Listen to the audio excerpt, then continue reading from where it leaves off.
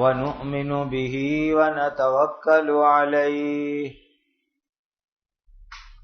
ونعوذ بالله من شرور أنفسنا ومن سيئات أعمالنا ونعوذ بالله من شرور أنفسنا ومن سيئات أعمالنا ونعوذ بالله من شرور أنفسنا ومن سيئات أعمالنا من يهده الله فلا مضل له ومن يضلله فلا هادي له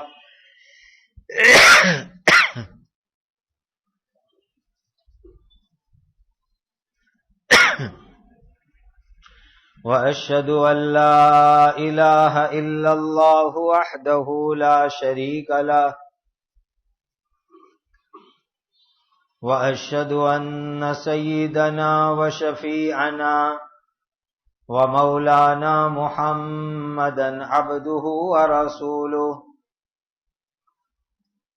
صلوات الله تبارك وتعالى عليه وعلى آله وأصحابه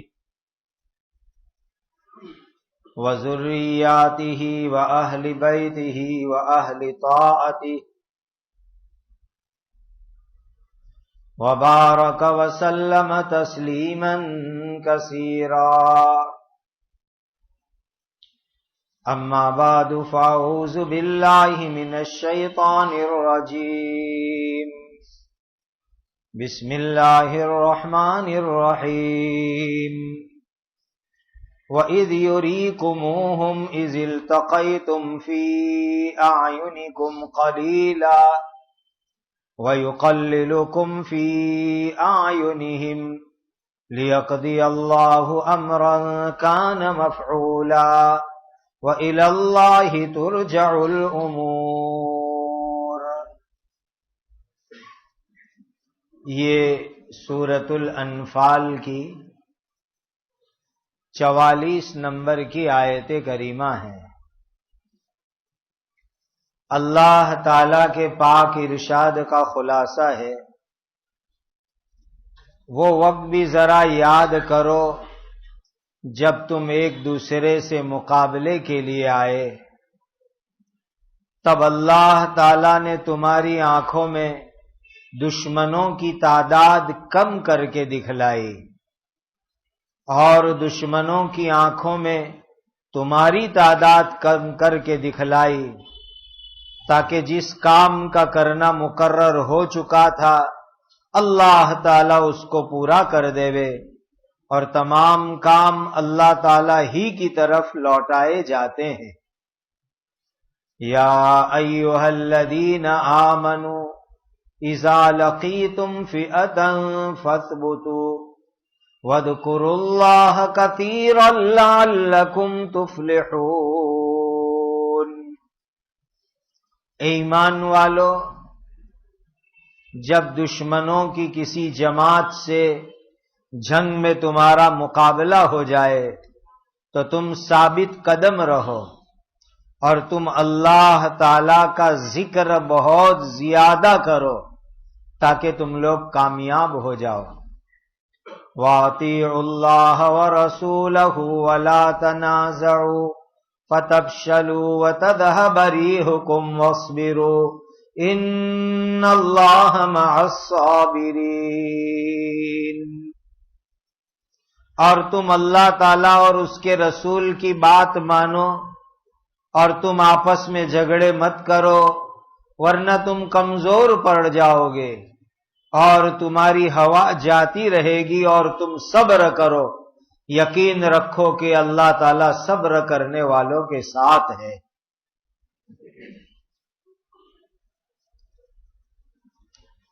یہ سورہ انفال میں زیادہ شروع کا حصہ بدر کی لڑائی کے متعلق ہے۔ یہ 3 آیت 44، 45، 46 اس میں بھی اللہ تعالیٰ نے غزوہ بدر کا ایک خاص واقعہ بیان فرمایا۔ اس آیت کو سمجھنے سے پہلے ایک معجزہ سمجھو۔ معجزہ چمتکار کو کہتے ہیں جو نبی اور رسول کے ہاتھ پر ہوتے ہیں۔ معجزہ ایسی چیز کو کہتے ہیں کہ عام انسان جو کام نہ کر سکے وہ کام اللہ اپنے نبی کے ہاتھ پر کرواتے ہیں۔ اس کام کو عربی اردو میں معجزہ کہتے ہیں جو نبی اور رسول کے ہاتھ پر اللہ تعالی کرواتے ہیں۔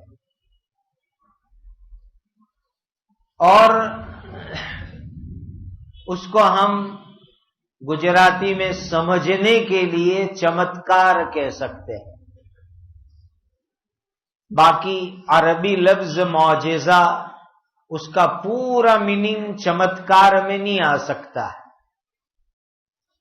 بس یوں سمجھو کہ دنیا کا بڑے سے بڑا انسان جو کام نہیں کر سکتا ایسا عجیب و غریب کام جب اللہ تعالیٰ نبی اور رسول کے ہاتھ پہ کرواتے ہیں تو اسی کو معجزہ کہا جاتا ہے۔ جیسے اس کی ایک مثال دو آپ کو سمجھانے کے لیے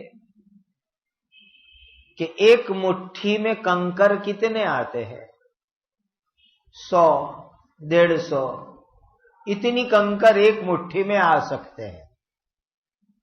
لیکن ایک مٹھی میں کنکر لے کر کے پھینکے اور وہ کنکر ہزاروں دشمنوں کی آنکھ میں پہنچ جاوے،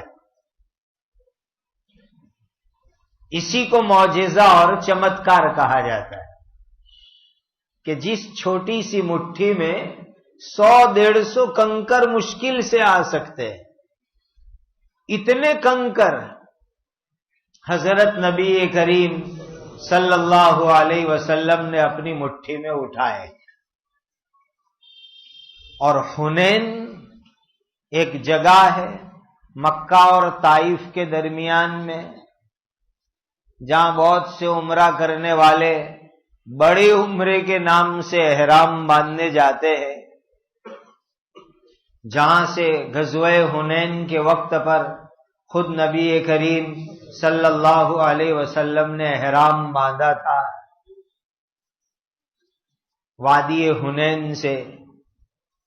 تو بہت سے لوگ حضور کی محبت میں وہاں تک جاتے ہیں عمرے کا احرام باندھنے کے لیے۔ پہلے چھوٹی سی مسجد تھی، اب تو ماشاءاللہ بہت حاجی جانے لگے، اس لیے بڑی شاندار عالیشان مسجد بھی وہاں بن گئی اور غسل کا اور احرام باندھنے کا پورا انتظام بھی بہت شاندار ہو گیا۔ اس علاقے میں ہزاروں کی تعداد میں دشمن تھے، لیکن نبی کریم صلی اللہ علیہ وسلم نے ایک مٹھی میں کنکر لی، دشمنوں کی طرف پھینکی تو ہزاروں دشمنوں کی آنکھ میں وہ کنکر پہنچ گئی۔ اسی کو معجزہ کہا جاتا ہے کہ ظاہر میں تو ہو نہیں سکتا، ہم کسی کو ایک مٹھی کنکر مارے تو 2-4 آدمی کو لگے، 8-10 آدمی کو لگے، اور یہاں ہزاروں دشمنوں کی آنکھ میں پہنچ جاوے، اسی کو کہتے ہیں معجزہ، جو اللہ اپنے نبی اور رسول کے ہاتھ پر دکھلاتے ہیں۔ اب ایسی کوئی عجیب چیز بعض مرتبہ نبی کے امتیوں کے ہاتھ سے بھی ہوتی ہے، جیسے اولیاء اللہ کے ہاتھ سے، قطب ابدال غوث کے ہاتھ سے، ایسے چمتکار دنیا میں لوگوں کو دیکھنے کو ملتے ہیں کہ جو عام طور پر دوسرے انسان نہیں کر سکتے، وہ اللہ کا ولی، وہ قطب، وہ ابدال، وہ غوث وہ کام کر کے دکھلاوے۔ اس کو عربی اردو میں کرامت کہتے ہیں، اور اللہ کے ولیوں کی، اولیاء اللہ کی کرامت یہ حق ہے، سچی بات ہے، یہ ہمارا عقیدہ ہے۔ اور امت کے اندر جو اللہ کے ولی ہوتے ہیں، قطب، ابدال، غوث ہوتے ہیں، ان کے ہاتھ پر جو ایسے ایسے چمتکار اور نئی نئی چیز، عجیب عجیب چیز دیکھنے کو ملتی ہے، وہ اس ولی، قطب، ابدال کے لیے تو کرامت کہلاتی ہے، لیکن وہی چیز اس نبی کے واسطے معجزہ کہلاتی ہے۔ اسی لیے کہ امت میں کوئی ولی بنا، امت میں کوئی قطب بنا، امت میں کوئی ابدال بنا، امت میں کوئی غوث بنا، اور اس کے ہاتھ پہ یہ چمتکار اور کرامت ظاہر ہوا، تو وہ حقیقت میں برکت اور طفیل ہے حضرت نبی کریم صلی اللہ علیہ وسلم کی۔ اسی لیے حضور کے بعد صحابہ کرام کے مبارک ہاتھ پر بڑی بڑی کرامتیں دنیا نے دیکھی، کہ پانی میں، دریا میں گھوڑے کدا دیے، اب وہ گھوڑے تیر رہے ہیں پانی میں، سینکڑوں صحابہ کا لشکر پانی میں تیر رہا ہے، اور آرام سے دریا پار کر دیے، صحابہ نے کرامت دکھلائی۔ تو صحابی کے حق میں وہ کرامت ہوئی، اور وہی کرامت حضور کے حق کے اندر معجزہ ہوا، اسی لیے کہ حضور کی برکت سے صحابہ نے وہ کرامت دکھلائی۔ ایک صحابی جنگل میں ادھر ادھر ہو گئے، تو ایک شیر ان کا رہبر بن گیا۔ اپنے کو محلے میں گشت کے لیے رہبر نہیں ملتے، اور وہ صحابی کو جنگل کے اندر شیر رہبر بن کے آ گیا، اور رہبری کر رہا ہے صحابی کی، اور ان کو پہنچا رہا ہے۔ اب وہ صحابی کے ہاتھ کے اوپر شیر رہبری کر رہا ہے، یہ صحابی کی کرامت ہوئی، اور وہ کرامت حضرت نبی کریم صلی اللہ علیہ وسلم کا معجزہ کہی جائے گی، اسی لیے کہ حضور کی برکت سے صحابی کے ہاتھ پر وہ کرامت ظاہر ہوئی۔ پھر بعد میں تابعین آئے، تبع تابعین آئے، اولیاء اللہ آئے، اور یہ مبارک سلسلہ دنیا میں چلتا ہی رہتا ہے۔ اب پوری امت میں کوئی بھی ولی، کوئی بھی قطب، کوئی بھی ابدال، کوئی بھی غوث کوئی کرامت اور چمتکار دکھلاوے تو یہ وسیلہ اور طفیل ہے حضرت نبی کریم صلی اللہ علیہ وسلم کا، کہ حضور کی برکت سے وہ ولی بنے، حضور کی برکت سے وہ قطب بنے، حضور کی برکت سے وہ ابدال بنے، حضور کی برکت سے وہ غوث بنے۔ اسی لیے کوئی ولی، کوئی قطب، کوئی ابدال کوئی بھی چمتکار دکھلائے گا تو وہ نبی کریم صلی اللہ علیہ وسلم کا معجزہ کہا جائے گا۔ پھر اور اس بات کو سمجھو، اس آیت کو سمجھنے کے لیے، یہ معجزے میں، کرامت میں، چمتکار میں بعض مرتبہ ایسا ہوتا ہے کہ ایک چیز ہے کچھ اور نظر آوے کچھ اور یہ ماننا پڑے گا، چونکہ قرآن میں اللہ نے فرمایا ہے چاہے عقل نہ مانے، لیکن قرآن نے کہا اس لیے ماننا ہی ماننا ہے، کہ بہت ساری چیز ایسی ہوتی ہے کہ ہم کو دکھنے میں کچھ ہوتی ہے لیکن حقیقت میں کچھ اور ہوئے اور اللہ دکھلاوے کچھ اور۔ جیسے اپنی یہ مسجد ہے، اب کل اٹھ کر کے یہ اینٹ کی، مٹی کی دیوار، سیمنٹ کی اینٹ والی مسجد، ہو سکتا ہے کسی کو پوری سونے کی مسجد نظر آوے، یہ ہو سکتا ہے کہ حقیقت کے اندر اینٹ کی مسجد ہے، سیمنٹ کی مسجد ہے، لیکن پوری سونے کی کسی کو مسجد نظر آوے، اسی کو معجزہ کہتے ہیں نبی کے حق میں، ولی کے حق میں اس کو کرامت اور چمتکار کہتے ہیں۔ اور ایسے بہت سارے قصے ہیں امت کے اندر۔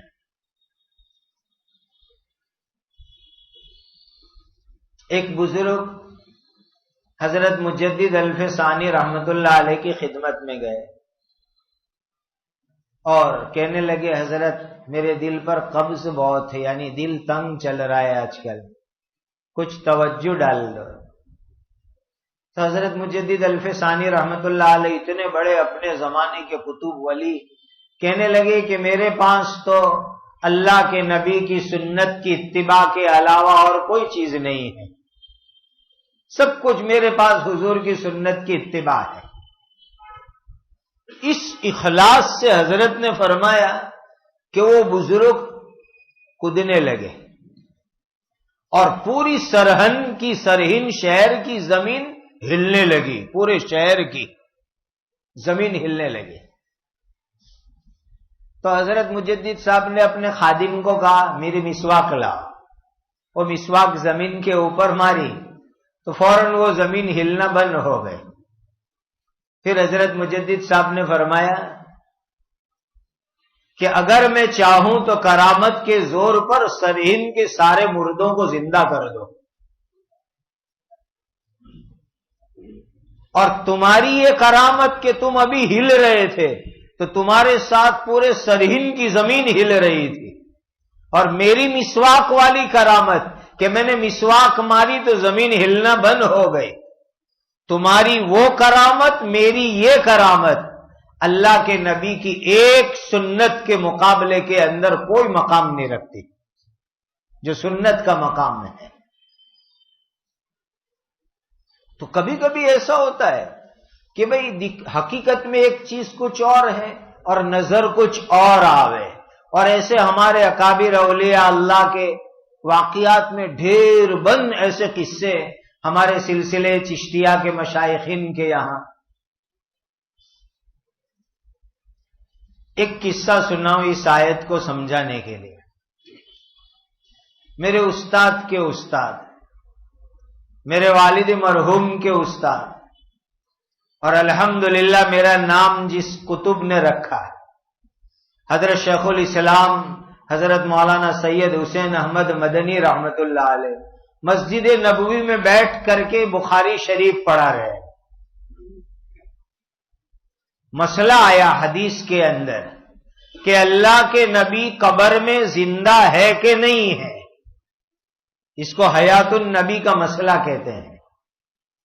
ہم لوگ یہ مانتے ہیں، ہمارا یہ عقیدہ ہے، ہمارے اکابرین دارالعلوم دیوبند کا یہ عقیدہ کہ حضرت نبی کریم صلی اللہ علیہ وسلم قبر مبارک میں زندہ اور حیات ہے،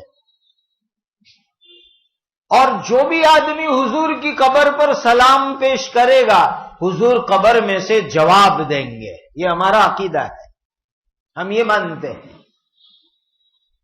اب حضرت شیخ الاسلام مدنی رحمت اللہ علیہ مسجد نبوی میں بیٹھ کر کے سبق پڑھا رہے ہیں، عرب بچے سبق پڑھ رہے ہیں، وہ نہیں مانتے اس بات کو۔ بہت سے عربوں کا ایسا عقیدہ ہے، وہ نہیں مانتے حضور کو قبر میں حیات، نہیں مانتے۔ ہم سے بھی بہت ڈسکس کرتے ہیں جب ہم مدینہ جاتے ہیں تو کہ آپ لوگ کیسے مانتے ہو، ہم ان کو حدیث سے دلیل دیتے ہیں تو بھی ان کی کھوپڑی میں بازوں کی جلدی اترتا نہیں ہے۔ تو عرب بچوں نے ڈسکس کی حضرت سے کہ حضرت ہم نہیں مانتے، حضرت نے دلیل دی پھر بھی نہیں مانا، تو حضرت مدنی رحمت اللہ علیہ نے فرمایا اگر میں تم کو زندہ دکھا دوں تو مان لو گے؟ سب خاموش، سناٹا ہو گیا مسجد میں، اور اس کے بعد تھوڑی دیر حضرت نے سر جھکایا، سب عرب بچے بیٹھے ہوئے تھے انہوں نے سر جھکایا، پھر حضرت نے فرمایا نظر اٹھا کر کے جالی مبارک کی طرف دیکھ لو۔ پورے مجمع نے دیکھا کہ اللہ کے نبی صلی اللہ علیہ وسلم قبر میں زندہ تشریف رکھتے ہیں، کرامت دکھلا دی حضرت نے۔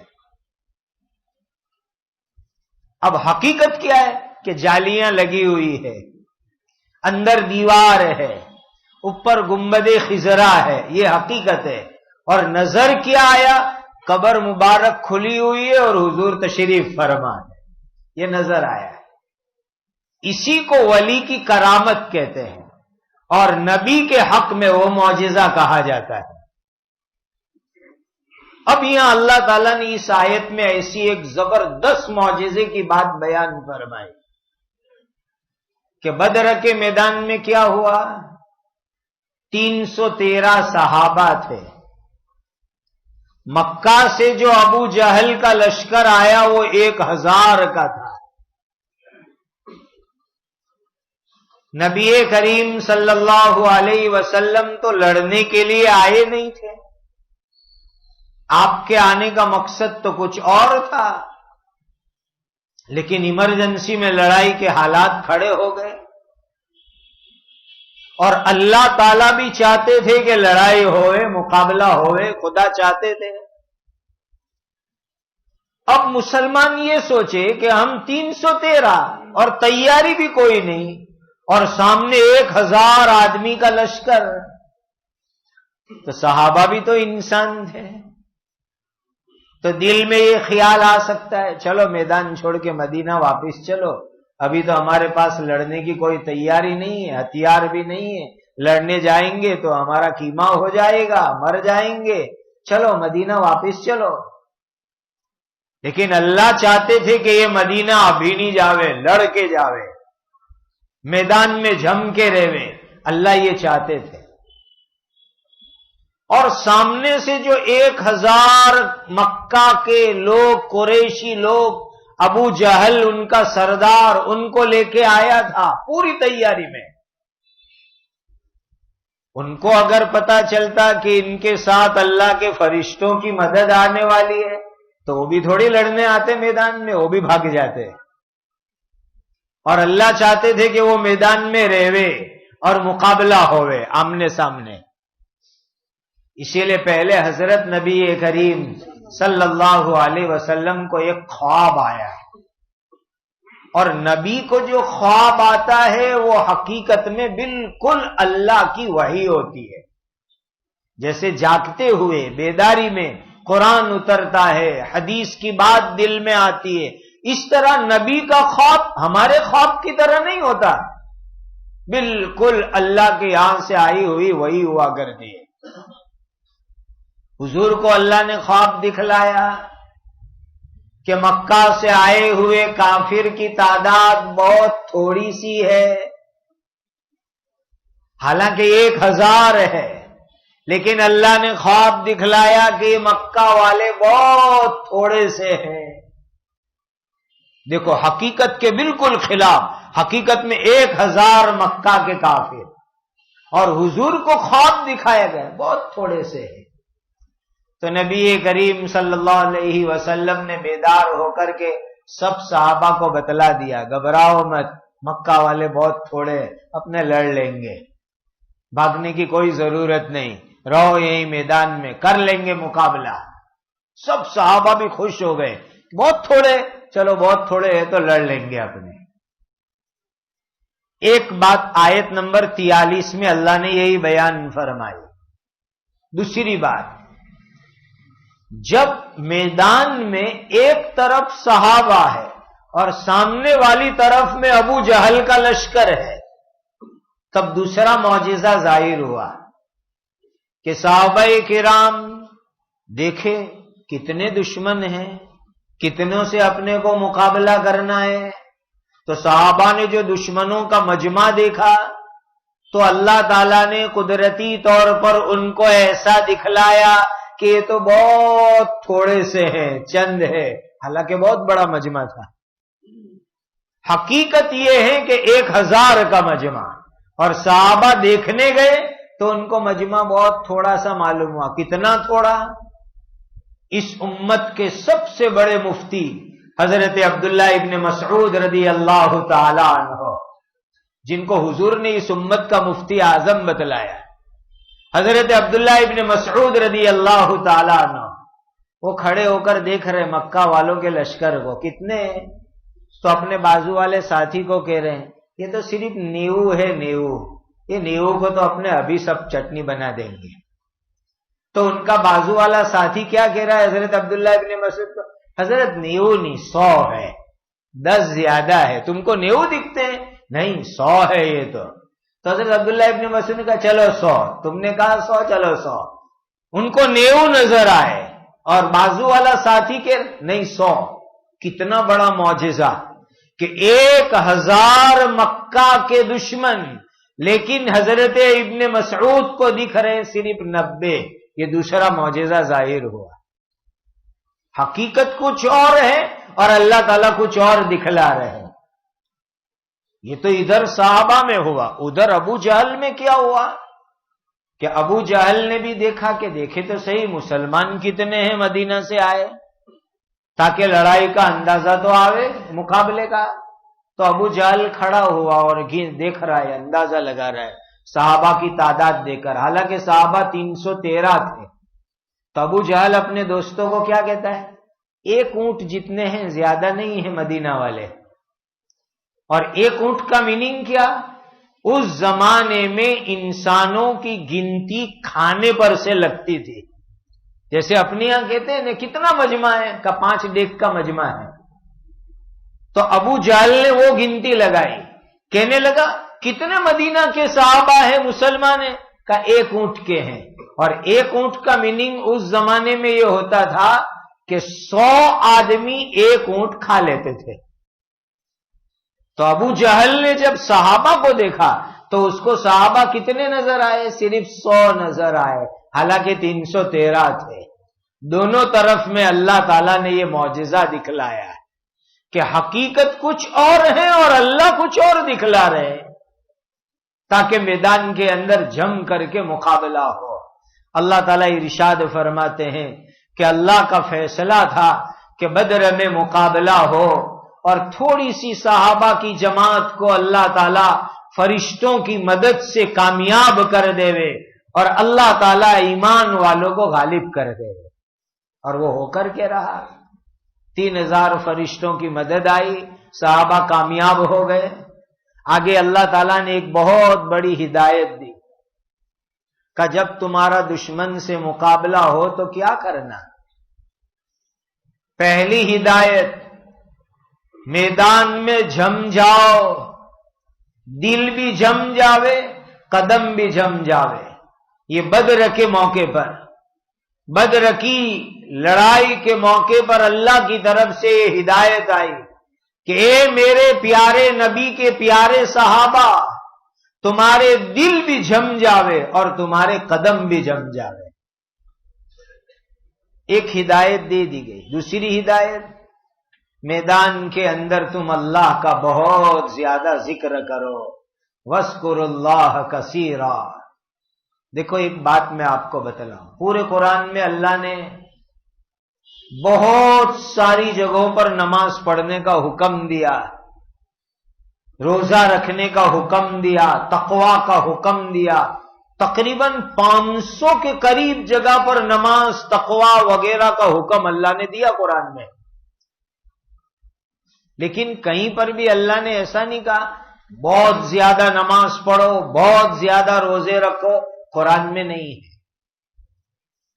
بس 5 وقت کی نمازیں ہیں، اشراق چاش کی نماز کا اشارہ نکلتا ہے، باقی حدیث میں اشراق چاش اوابین کی نماز، تہجد کی نماز کا بیان ہے قرآن میں۔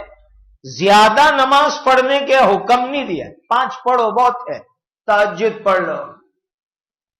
لیکن ذکر کے لیے اللہ نے قرآن کی کئی آیتوں میں، بہت ساری آیتوں میں فرمایا کہ اللہ تعالی کا ذکر بہت زیادہ کرو، وَاذْكُرُوا اللَّهَ كَثِيرًا، بہت زیادہ اللہ کا ذکر کرو۔ قرآن کی بہت ساری آیت میں اللہ فرماتے ہیں۔ اب ہم کو سوچنے کا مقام ہے کہ اللہ تعالیٰ تو یہ فرمائے کہ اللہ کا ذکر بہت زیادہ کرو، اور ہم کو تو صبح و شام کی 3 تسبیح کی پابندی بھی بھاری پڑتی ہے۔ بیعت ہونے والوں سے ہم پوچھتے ہیں معمولات کا کیا حال ہے؟ تسبیح گڑبڑ چل رہی ہے، 3 تسبیح، حالانکہ مشکل سے 10-11 منٹ کا کام ہے، مشکل سے 3 تسبیح آپ گھڑی میں دیکھ کر کے بیٹھو، 10 سے 12 منٹ میں 3 تسبیح ہو جاتی ہے۔ صبح میں 3 تسبیح پڑھنے کے لیے کہتے ہیں، شام کو 3 تسبیح پڑھنے کا نہیں، معمولات پورے نہیں ہو رہے، گڑبڑ ہو رہی ہے۔ بتلاؤ، اللہ تعالیٰ تو یہ فرما رہے ہیں کہ میرے بندو میرا ذکر بہت زیادہ کرو، اور ہمیں تو 3 تسبیح بھی ہم سے تو پوری نہیں ہوتی۔ ہمارے اکابرین سلسلے چشتیہ کے بعض مشائخین کے حالات کے اندر لکھا ہے کہ زندگی کے آخری زمانے میں کہتے تھے، کسی نے پوچھا حضرت کتنا ذکر ہوتا ہے؟ تو کہا آپ تو بوڑھے ہو گئے، کمزور ہو گئے، ذکر کے دن تو اب چلے گئے، بڑھاپے میں طبیعت کمزور رہنے لگی، بس روزانہ 1.25 لاکھ مرتبہ اللہ اللہ کا نام کر لیتے ہیں۔ بڑھاپے کی حالت کے اندر روزانہ 1.25 لاکھ مرتبہ کا اللہ کا نام لے لیتے ہیں، تو پھر ان کی جوانی کے ذکر کا حال کیا ہوگا؟ اسی لیے کم سے کم 3 تسبیح کا تو اہتمام کرو صبح و شام۔ اللہ تعالیٰ فرماتے وَاذْكُرُوا اللَّهَ كَثِيرًا، اللہ کا خوب ذکر کرو۔ تو میدان میں بدر کے موقع پر یہ حکم دیا گیا کہ اللہ تعالی کا ذکر زیادہ کرو۔ حالانکہ جب دشمن سے مقابلہ ہوتا ہے لوگوں کو اپنی جان کی فکر ہوتی ہے، مروں گا، بچوں گا، زخمی ہوں گا، سلامت رہوں گا، لیکن اللہ نے فرمایا ایسے موقع پر بھی اللہ کو یاد کرو اور بہت زیادہ یاد کرو۔ مفسرین نے اس کا ایک فائدہ یہ لکھا ہے کہ جب آدمی میدان میں اللہ کا ذکر کرتا ہے تو اس کے دل میں ہمت اور حوصلے بڑھتے ہیں، اور خاص طور پر تکبیر کے نعرے سے، اس کی تفسیر میں نعرے تکبیر کو بھی لیا گیا ہے کہ اللہ اکبر، یہ تو بہت بڑا ذکر ہے اللہ تعالیٰ کا، اس سے ہمت بڑھتی، حوصلے بڑھتے ہیں، اور آدمی کے لیے میدان میں جمنا آسان ہو جاتا ہے۔ دوسری بات یہ کہ میدان کے اندر مقابلے کے وقت پر جو ٹینشن ہوتا ہے وہ اللہ کے ذکر کی برکت سے ٹینشن دور ہو جاتا ہے۔ تیسری بات یہ کہ اللہ کا ذکر کرنے کی وجہ سے دل میں خوشی آتی ہے، ایک تازگی آتی ہے، اور انسان کا دل خوش اور تازہ ہوتا ہے میدان کے اندر۔ اور چوتھی ایک بڑی عجیب بات مفسر نے لکھی ہے، ذرا گہرائی میں جا کر اس کو سمجھنے کی، کہ عرب کے اندر پرانے زمانے میں، آج کل جو دنیا میں لوگ محبتیں کرتے ہیں نا، یہ ناپاک محبتیں، یہ تو کچھ بھی نہیں ہے۔ جو عرب کے قدیم زمانے میں لوگ ایسے معاشقے محبت کرتے تھے اس کا 1000واں حصہ بھی نہیں ہے اس زمانے میں۔ جو لیلا مجنو کی داستانیں آتی عربی کتابوں میں، تو ایک شاعر میدان میں دشمن سے مقابلہ کرتے کرتے ایک شاعری کہتا ہے عربی میں، اور اپنی لیلا کو وہ شاعری کہتا ہے۔ اس شاعری کا ترجمہ یہ ہے کہ مجھے تجھ سے اتنی محبت کہ جب دشمن سے مقابلہ چل رہا تھا، جنگ چل رہی تھی، تلواریں اٹھ رہی تھی، تیر چل رہے تھے، تب بھی میں نے تجھے دل میں یاد کیا تھا۔ یعنی جب سب لوگ اپنی جان کی فکر میں ہوتے ہیں، جس کو اپنے کہتے ہیں جان کے پھانپے پڑے ہوتے ہیں، کہ ایسے وقت پر بھی میرے دل میں تیری محبت ایسی کہ میں نے تجھے یاد کیا تھا۔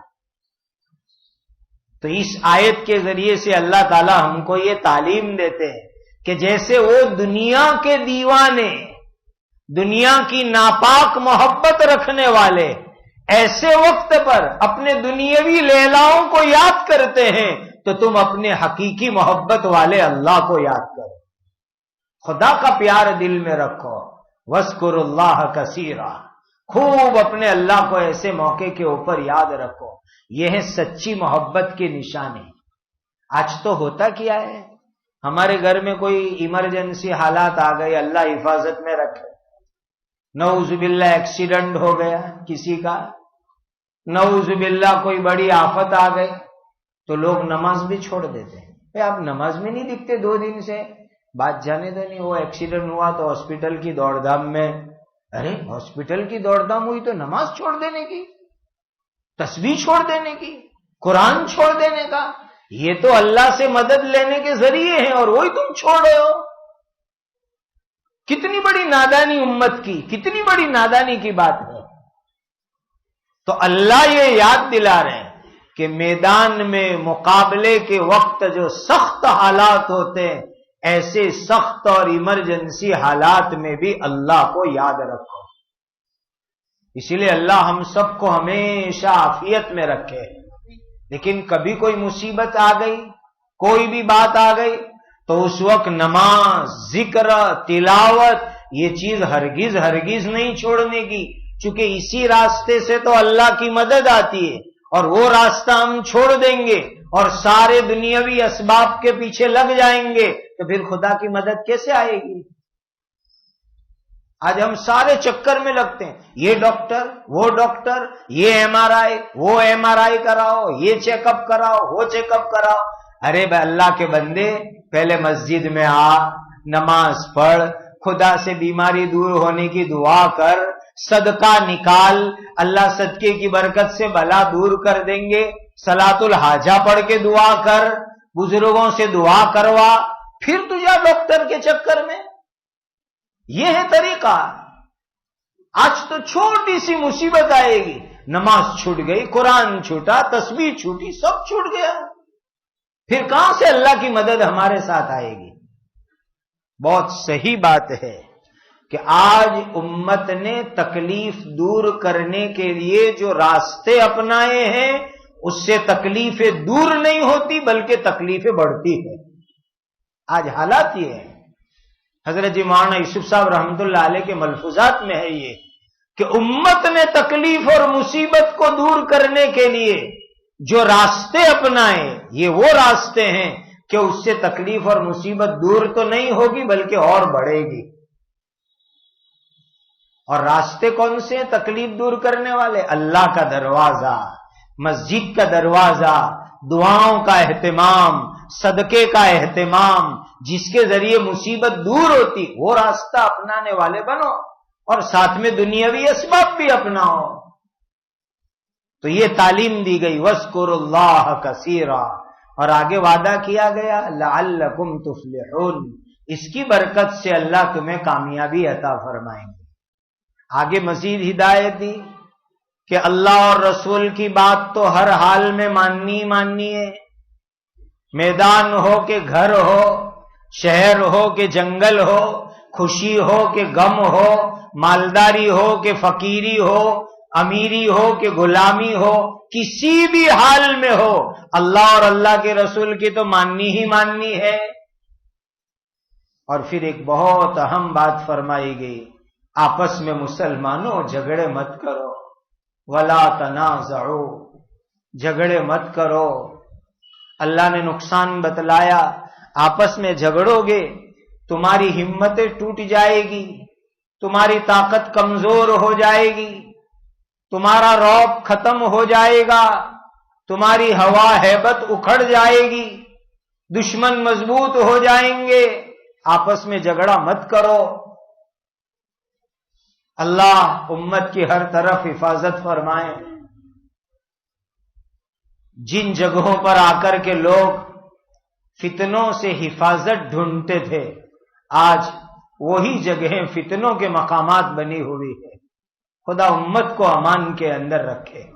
کتنی سخت بات فرمائی، ولا تنازعوا، آپس میں جھگڑے مت کرو، ورنہ تمہاری رعب، ہیبت، طاقت سب اللہ ختم کر دیں گے جو اس وقت ہم آنکھ سے دیکھ رہے ہیں۔ آگے فرمایا کہ جھگڑوں کو ختم کرنے کا بہترین ذریعہ اللہ نے بتلا دیا، وَاصْبِرُوا، صبر کرو تو جھگڑے ختم ہو جائیں گے۔ آج صبر نہیں رہی۔ صبر کو میں کہا کرتا ہوں کہ ہم نے سمجھا ہی نہیں۔ گجراتی میں بولا کرو سہن کرو تو ذرا اپنے کو صبر سمجھ میں آوے۔ وہ عربی اردو میں صبر بولتے ہیں تو لوگ سمجھتے پتہ نہیں صبر کیا چیز ہوتی ہے۔ سیدھی بات، صبر میننگ سہن کرو۔ اور کیا سہن کرنے کا؟ اپنی طبیعت، اپنی مرضی، اپنی چاہت کے خلاف جو بات آوے اس کو سہن کرو، جھگڑے ختم ہو جائیں گے۔ آج ہم لوگوں کا مزاج کیا بن گیا؟ اپنی طبیعت، اپنے مزاج، اپنی چاہت کے خلاف ذرا سی بات ہوئی سہن نہیں کرتے، فوراً جھگڑے چالو۔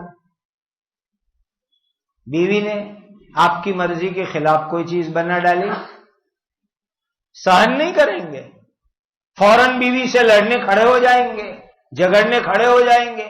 صبر کرو، ابھی جو بنایا بسم اللہ پڑھ کے کھا لو، کل کے تو کہ کل یہ بنانا ہے، کتنا آسان راستہ ہے۔ لیکن میری طبیعت کے خلاف، میری مرضی کے خلاف میں نے یہ کہا تھا اور یہ کر ڈالا، یعنی تو خدا بننا چاہتا ہے، اور وہ بھی یہ جائز اور گھر کی چیزوں کے اندر۔ اگر کوئی بات ہوتی کہ بھئی آپ نے اس کو کہا تھا کہ تو برقع پہن لینا، اس نے نہیں پہنا، بال کھلے رکھ کے نکلی، اور آپ غصے ہو تو اللہ ثواب عطا فرمائیں گے، سن لو۔ لیکن جو دین کے کام ہے وہاں کوئی غصے نہیں ہوگا، اپنی مرضی، اپنی طبیعت، اپنی چوائس، اپنی چاہت، وہ اگر پوری نہیں ہوئی تو ہمیں سہن نہیں کرنا، فوراً جھگڑنے کے لیے کھڑا ہو جانا۔ اللہ تعالیٰ فرماتے ہیں سہن کرو، طبیعت کے خلاف کوئی بات ہوئے جھگڑے ختم ہو جائیں گے۔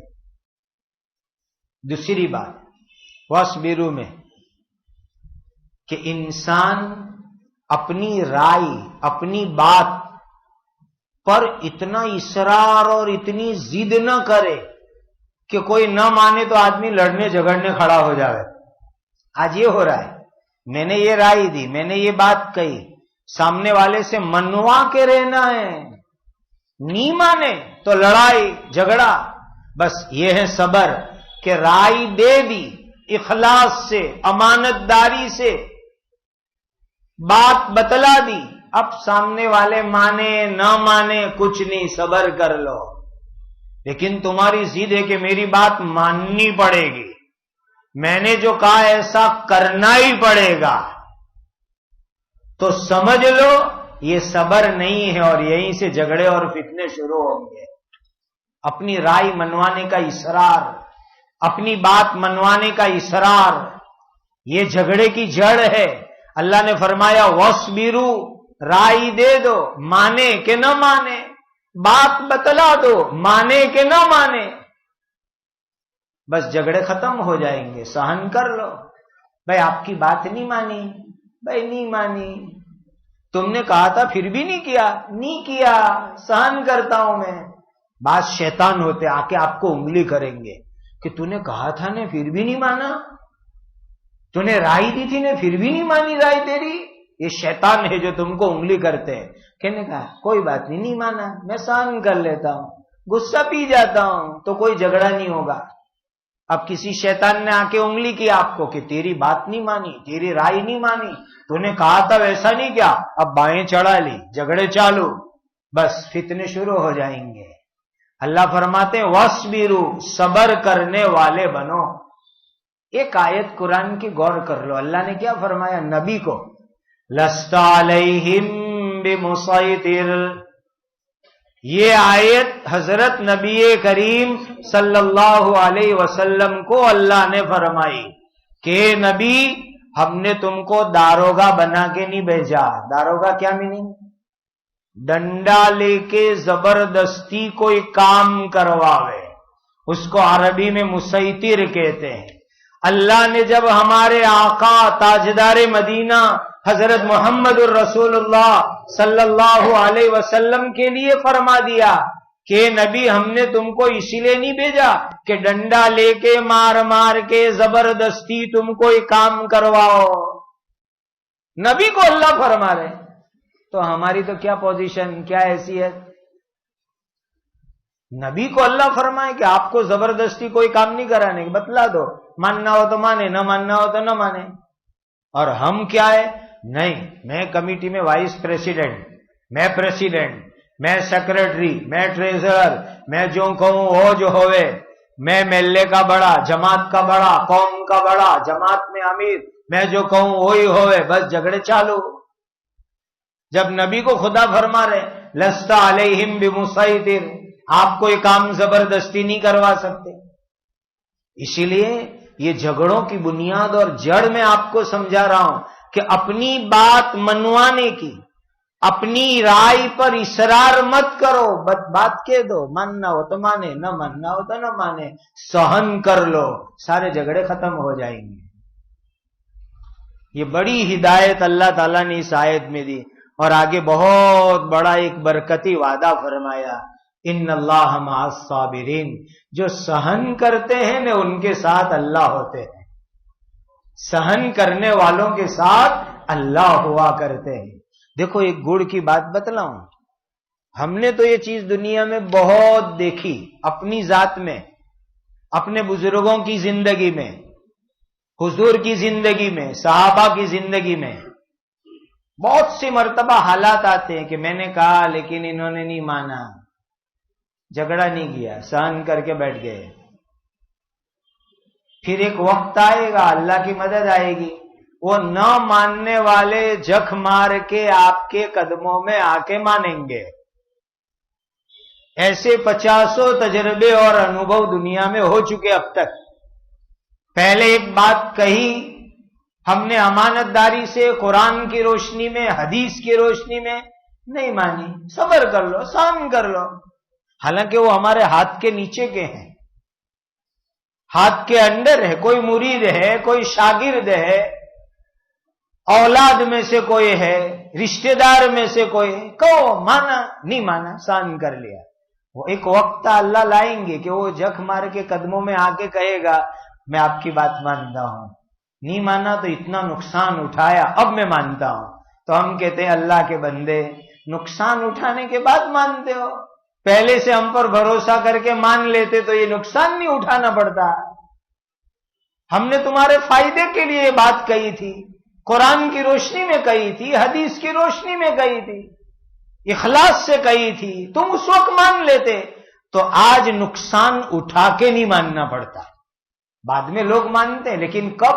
نقصان اٹھانے کے بعد مانتے ہیں، اور کہتے ہیں کیا آپ نے یوں کہا تھا لیکن میں نے نہیں مانا، اور یہ نقصان ہوا، یہ تکلیف ہوئی، یہ تکلیف ہوئی، اب مجھے ماننا ہے اور اس بات پہ عمل کرنا ہے، تو بہت بڑا نقصان اٹھا کے اب ماننے آئے۔ اللہ کے بندے اس وقت مان لیتے تو نقصان تو نہیں اٹھانا پڑتا۔ اسی لیے اس آیت میں زبردست بات فرمائی، اللہ تعالی سہن کرنے والوں کے ساتھ ہے، اور اس وقت مسلمانوں کو اسی آیت پر عمل کرنا ہے، اللہ سہن کرنے والوں کے ساتھ ہے۔ معمولی معمولی باتوں پر ہمیں روڈ پہ نہیں آ جانا، معمولی معمولی باتوں پر لڑائی جھگڑے نہیں کرنا، اپنے اندر سہن شکتی پیدا کرو، اللہ کی مدد ہمارے ساتھ ہے، اس کا وعدہ ہے، اور انشاءاللہ اللہ عزت کے دن دکھلائیں گے۔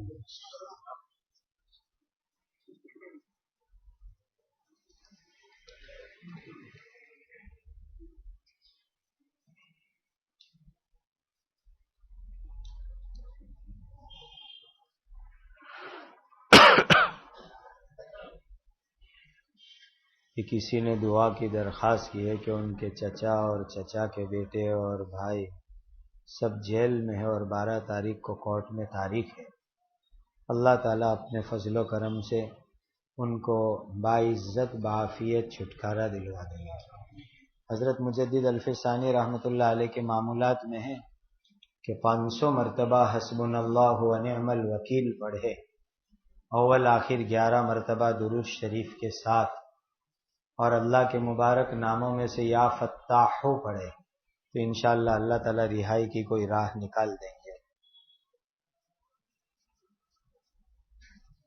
یہ سوال لمبا ہے، آج مجلس لمبی ہوگی، آئندہ ہفتے انشاءاللہ۔ زینب بی بی غلام علی لوٹی والا اور صابرہ بانو بنت غلام علی لوٹی والے کا انتقال ہو گیا، اللہ تعالیٰ دونوں کی مغفرت فرمائے، دونوں کی قبر کو نور سے منور فرمائے، دونوں کے درجات کو اللہ جنت میں بلند فرمائے، پسماندگان کو صبر جمیل اجر جزیل عطا فرمائے۔ لیاقت علی غلام علی لوٹی والا بیمار ہیں، اللہ ان کو عافیت عطا فرمائے۔ مزمل خان بیمار ہیں، اللہ تعالیٰ ان کو بھی شفائے کاملہ عاجلہ مستمرہ عطا فرمائے۔ خدیجہ بی بی ولی بھائی بادلہ والے کا انتقال ہو گیا، اللہ تعالیٰ مرحومہ کی مغفرت فرمائے، ان کی قبر کو نور سے منور فرمائے، ان کے درجات کو جنت الفردوس میں بلند فرمائیں۔ یہ ہماری 3 مجلس نہیں ہوئی تو ان دنوں کے اندر بہت بڑے بڑے اللہ کے کچھ نیک بندوں کا انتقال ہو گیا۔ اس میں ہمارے بہت قریبی حضرت قاری یعقوب صاحب مملہ جو دبئی کی جامع الغریر کے امام تھے، 30 سال تک انہوں نے وہاں امامت کرائی، اور ایسے ان کی بیوی کو ہم بہن جیسا سمجھتے ہیں۔ بہت بڑے نیک آدمی، اور وہاں دبئی میں رہ کر کے انہوں نے بہت مدرسوں کی اور دینی کاموں کی بڑی مدد کروائی۔ ان کا بھی انتقال ہو گیا۔ پھر آخر میں ابھی بیمار ہو کے یہاں ویسما آ گئے تھے، ویسما میں رہتے تھے زندگی کے آخری دنوں میں۔ اللہ تعالیٰ قاری یعقوب صاحب کی بھی بال بال مغفرت فرمائیں، ان کے درجات کو جنت الفردوس میں بلند فرمائیں۔ اور حضرت مولانا اسرار الحق صاحب قاسمی اس وقت کی پارلیمنٹ کے بھی ممبر ہے وہ، اور اس سے پہلے والی پارلیمنٹ میں بھی وہ ممبر تھے، ممبر آف پارلیمنٹ، اور جمعیت علماء ہند کے ایکس جنرل سیکرٹری بھی تھے وہ۔ ان کا بھی ابھی جمعہ کے دن انتقال ہو گیا۔ اللہ تعالیٰ ان کی بھی بال بال مغفرت فرمائیں، ان کے درجات کو جنت الفردوس میں بلند فرمائیں، کروٹ کروٹ کروڑوں رحمت نازل فرماوے۔ آج کے حالات میں ایک مولوی پارلیمنٹ میں الیکشن جیت کے جاوے، یہ بہت بڑی عجیب بات ہے۔ مولانا 2 ٹرم سے پارلیمنٹ میں جیت رہے تھے۔ ابھی تو پچھلے الیکشن میں تو جب بڑے بڑے کانگریسی لیڈروں کی ڈپازٹ گل ہوئی تب مولانا 2.5 لاکھ ووٹ سے جیتے تھے۔ اس سے پہلے جب وہ پارلیمنٹ میں تھے تو جب ٹرم پوری ہونے آئی تو یہاں تشریف لاتے تھے، سورت بھی میں نے بھی دعوت دی تھی ایک مرتبہ۔ میں نے کہا حضرت آپ کے 5 سال پورے ہو رہے ہیں تو پھر الیکشن میں آپ کھڑے رہیں گے؟ بہار میں کشن گنج سے وہ الیکشن میں کھڑے رہتے تھے۔ تو مجھے فرمایا کہ میں استخارہ کروں گا، پھر استخارے میں آئے گا تو الیکشن میں کھڑا رہوں گا۔ پھر جب 5 سال پورے ہوئے اور فارم بھرنے کی تاریخ آئی تو میں نے پوچھا حضرت استخارہ ہوگا؟ تو کہا کئی لوگوں نے استخارہ کیا اور استخارے میں اطمینان آیا، میں امیدواری بھروں گا۔ پھر پارلیمنٹ میں کھڑے ہوئے۔ اور پچھلے الیکشن کے وقت پر تو ہمارے ملک میں جو آندھی چلی کہ سب بڑے بڑوں کی ڈپازٹیں گل ہوئی، ایسی آندھی میں بھی مولانا 2.5 لاکھ ووٹ سے جیتے۔ تو میں نے فون کر کے جب مبارکبادی دی تو بہت خوش ہوئے اور کہنے لگے کہ ایسی آندھی کے اندر ایک قاسمی دیوبندی مولوی کا 2.5 لاکھ ووٹ سے جیتنا یہ اللہ کا فضل اور تمہاری دعاؤں کی برکت ہے کہ میں اتنے ووٹ سے جیت گیا۔ پھر جب آئے ہوئے تھے سورت تو میں نے پوچھا کہ حضرت آپ کے کشن گنج میں جہاں سے آپ پارلیمنٹ میں کھڑے رہتے الیکشن میں کتنے % مسلمان ہیں کہ آپ کو اتنے ووٹ ملتے ہیں؟ کہا 40%۔ تو پھر میں نے کہا 60% جو ہندو ہیں ان کے ووٹ آپ کیسے لیتے ہیں؟ تو مولانا نے عجیب جواب دیا جو سمجھنے کا جواب ہے۔ کہتے ہیں کہ میں غریب سے غریب لوگوں کی خدمت کرتا ہوں، مسلم ہو کہ غیر مسلم ہو، سب کی خدمت کرتا ہوں۔ کہ میں جب الیکشن میں کھڑا ہوتا ہوں تو ہندو عورتیں مندروں میں جا کر کے مانتی ہے کہ مولانا صاحب جیت جاوے، ہندو عورتیں، اس لیے کہ غریبوں کے گھر بنواتا ہوں، بورنگ کرواتا ہوں، اور ممبر آف پارلیمنٹ کو جو سرکار کی طرف سے جو ان کا فنڈ ہوتا ہے کا پورا پیسہ ہندو مسلم غریب کوئی بھی فرق کیے بغیر میں 1 روپیہ خرچ کرواتا، اور گاؤں گاؤں جا کر کے کہا اس کی برکت ہے کہ اتنے ووٹ سے اللہ تعالیٰ مجھے جتاتے ہیں اور کامیاب کرتے ہیں۔ بڑے تہجد کے بھی پابند تھے، تلاوت کے تہجد کے پابند۔ اللہ تعالیٰ ان کی بھی بال بال مغفرت فرمائیں اور اللہ ان کے درجات کو جنت الفردوس میں بلند فرمائیں، اور امت مسلمہ اور خاص کر کے آنے والی پارلیمنٹ میں، موجودہ پارلیمنٹ میں اللہ ایسے علماء کو منتخب کر کے بھیجے جو ملت کی صحیح ترجمانی کرنے والے بنے۔ یہاں آتے تھے، کئی مرتبہ میری دعوت پر آئے تو کبھی انہوں نے پولیس سیکیورٹی بھی نہیں لیا، حالانکہ MP لوگوں کو ملتی ہے، کبھی نہیں، سادے سیدھے ایسے ہی رہتے تھے۔ ایک دن میں صبح میں اگست کرانتی سے بمبئی جانے والا تھا تو سورت ریلوے اسٹیشن پہنچا تو مولانا پلیٹ فارم پر تفریح کر رہے ہیں صبح میں۔ میں نے کہا حضرت اچانک یہاں کیسے؟ کہا ایک کام سے آنا ہوا تھا اور دلی جا رہا ہوں واپس، کوئی سیکورٹی نہیں، کوئی گارڈ نہیں، حالانکہ ممبر آف پارلیمنٹ کو جو چاہے وہ ملتا ہے، ایک دم سمپل. یہاں آتے تھے تو مجھے کہتے تھے گھر آ کر سیدھا سادہ گھر میں سو جاتے تھے ہمارے یہاں، حالانکہ ان کو سرکٹ ہاؤس کے اندر ان کو کلیکٹر لے جا کے سلا سکتا ہے، کبھی نہیں کوئی سرکاری اس طرح کے فیصلے، ایک دم سیدھی سادی زندگی مولانا نے گزاری. ابھی بھی چالو پارلیمنٹ ممبر ہے وہ. اللہ تعالیٰ ان کی قبر کو نور سے منور فرمائے. کیا حاملہ عورت میت میں جا سکتی ہے؟ جا سکتی ہے، کوئی حرج نہیں. اگر کوئی رشتہ دار کی میت ہوئی ہو تو حاملہ عورت کو میت میں جانے کے اندر کوئی شرن کا بات نہیں ہے. اندر لکھا ہے کہ ڈوسیاں منع کرتی ہے، یہ سب ڈوسیوں کی باتیں نہیں سننے کی. درود شریف پڑھ لو. الحمدللہ رب العالمین، سبحان اللہ وبحمدہ سبحان اللہ العظیم.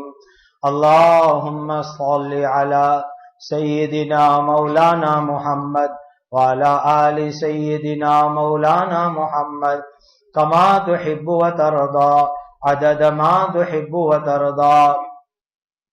ربنا ظلمنا انفسنا وَإِن لَّمْ تَغْفِرْ لَنَا وَتَرْحَمْنَا لَنَكُونَنَّ مِنَ الْخَاسِرِينَ. رَبَّنَا آتِنَا فِي الدُّنْيَا حَسَنَةً وَفِي الْآخِرَةِ حَسَنَةً وَقِنَا عَذَابَ النَّارِ. اے اللہ ہم سب کے گناہوں کو معاف فرما دیجیے. اے اللہ ہمیں آپ کی مرضی والی زندگی عطا فرمائیے. اے اللہ تمام کے تمام بیماروں کو شفا عطا فرمائیے. پریشان حال کی پریشانیوں کو دور فرما دیجیے. امت میں آپس میں جوڑ محبت عطا فرمائے. جتنے بھی آپ کے بندے دنیا سے چلے گئے اے اللہ ان کی قبروں کو نور سے منور فرمائیے. اے اللہ حضرت نبی کریم صلی اللہ علیہ وسلم نے جتنی خیر مانگی ہمیں اور پوری امت کو عطا فرمائیے. حضرت نبی کریم صلی اللہ علیہ وسلم نے جن شرور سے پناہ چاہی اے اللہ ہماری اور پوری امت کی حفاظت فرمائیے. ربنا تقبل منا انک انت السمیع العلیم وتب علینا یا مولانا انک انت التواب الرحیم. وصلی اللہ وسلم علی سیدنا مولانا محمد وعلی آلہ واصحابہ اجمعین برحمتک یا ارحم الراحمین. ایک چھوٹی سی بات